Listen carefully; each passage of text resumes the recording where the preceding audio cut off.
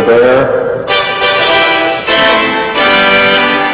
And we have one called the heroic trumpet. This we're saving for the second coming.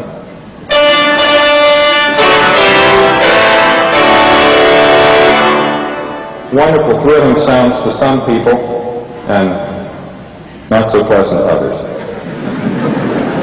In these reed stops, we also have high ones, such as those you've heard. We also have some low ones. Here again, I want to play for you the loudest stop in the organ, really. Don't worry, it's not going to hurt. This is something called bombard, and it's in the pedal. And again, it's the most solid thing in the whole organ. It's solid. If I have everything else pulled out, that's the last one to pull. It's very unmusical. It's not even very polite by itself. But when you use it as it's intended to be, it gives you something that nothing else can do.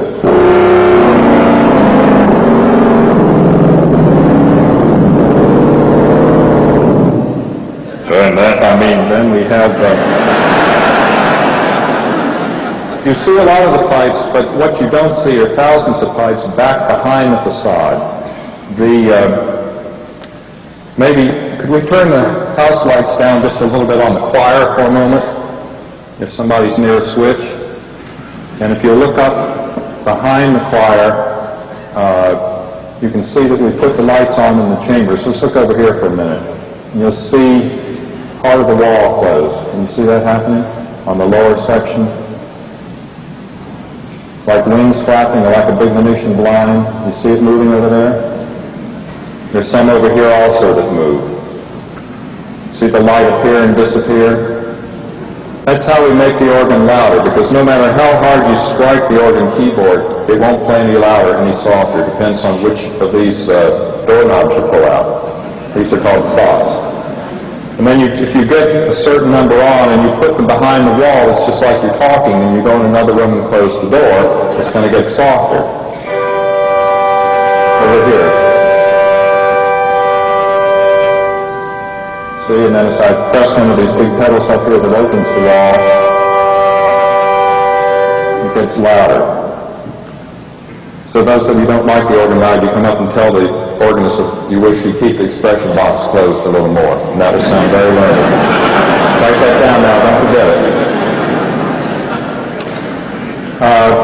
it. So tonally, tomorrow night I'm going to give just by playing a great concert literature for the organ, most of which was written for the church, not all of it to glorify God.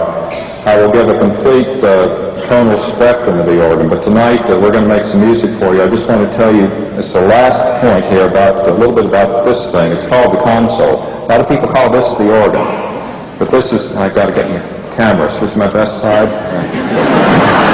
This is actually called the console of the organ. This is the nerve center. You've got all of the stops, and if you want 2 or 3 here and a couple there, and then suddenly you want 30 or 40 on each side, you can't grab them and keep playing, most of the time anyway.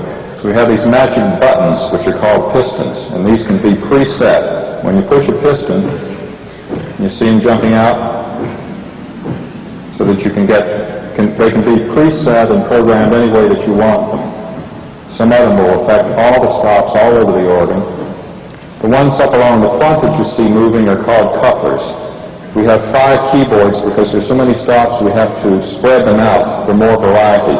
But if you want to play all 5 at once and you only have 2 hands, you select certain ones of those and electrically they are all hooked to one keyboard. That's another thing you can tell the organist, don't use so many couplers. If you're too busy with your hands to get one of these buttons up here, there's some down here with your feet. You just reach out and kick one of those and hope that you kick the right one.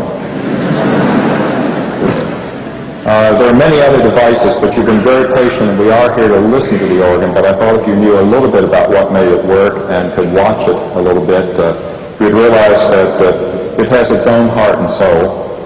And it's going to be a wonderful thing for this church, and I hope for this community, because having a great instrument like this really places an obligation on this congregation to share it with the community. It's a great gift that's been given, and it can change lives. It really can, as all music can. It can certainly help in the worship of God. It will cry with you at funerals. It will rejoice with you at weddings. Try to think of it as a friend and a member of the family, not just something that's too loud or that you don't like what's played on it or that sort of thing. Be open to it. It's a new friend in your midst, and you're to be congratulated on having it. You have one of the great organs of the world, certainly one of the great organs of this century. It can be a source of pride to you, but more than that, it can be a source of your reaching out